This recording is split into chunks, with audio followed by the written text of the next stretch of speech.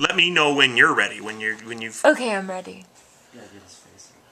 May 10, 2012. To whom it may concern. Learning is never a thing about politics or theory isn't also. One must expect to be blindsided by this again, and again, and again. One might also expect it again. It is not only a gathering of spots outside one's particular constellation, but also, quite specifically, a childhood memory. When working within this structure, one must construct a finale from torn-out family secrets and an obligatory confession, and essentially compose a memory poem in prose.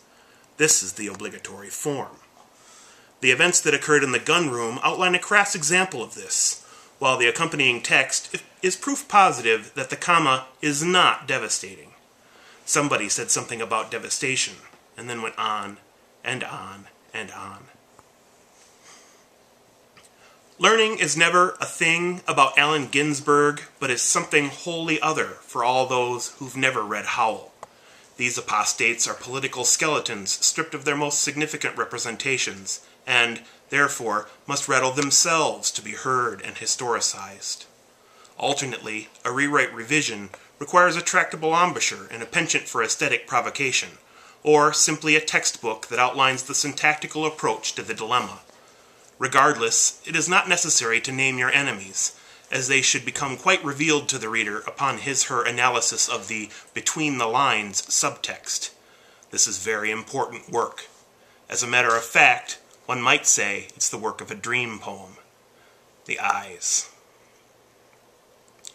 Learning is never a thing about breaking the line or social practice.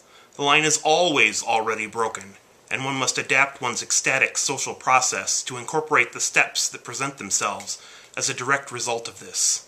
Note, do not allow political rage or the misinterpretation of a dream to cloud your better judgment.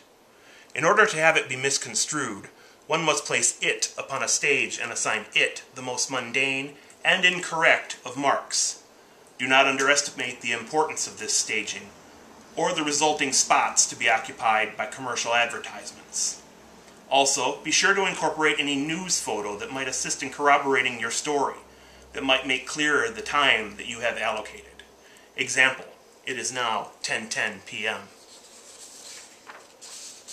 Learning is never a thing about constructive criticism and is never an exercise in using meter. Let us take a moment to say a prayer for these things. Poetry, which is learning written, should be a social practice that observes the theory of one thing and its antecedent. That one thing is, and its antecedent is currently unavailable.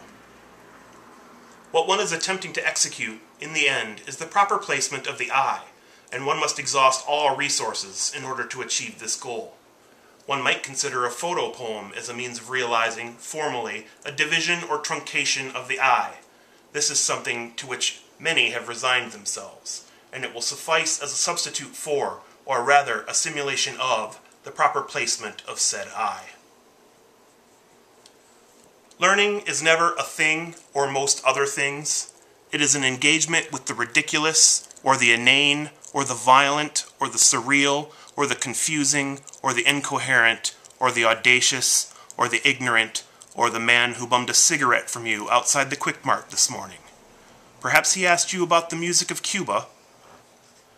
G. Matthew Mapes is attempting to orchestrate a crippled knowledge of you and those others who have been dehistoricized, with the ultimate goal of constructing something awkwardly wrong, or right, it makes no difference to him, or, at least, something that resembles it. This is his measure. This is his song. Naturally, Annis A. Teal Columbry, Associate Director, Department of Critical Thinking, the Brobst Conservatory.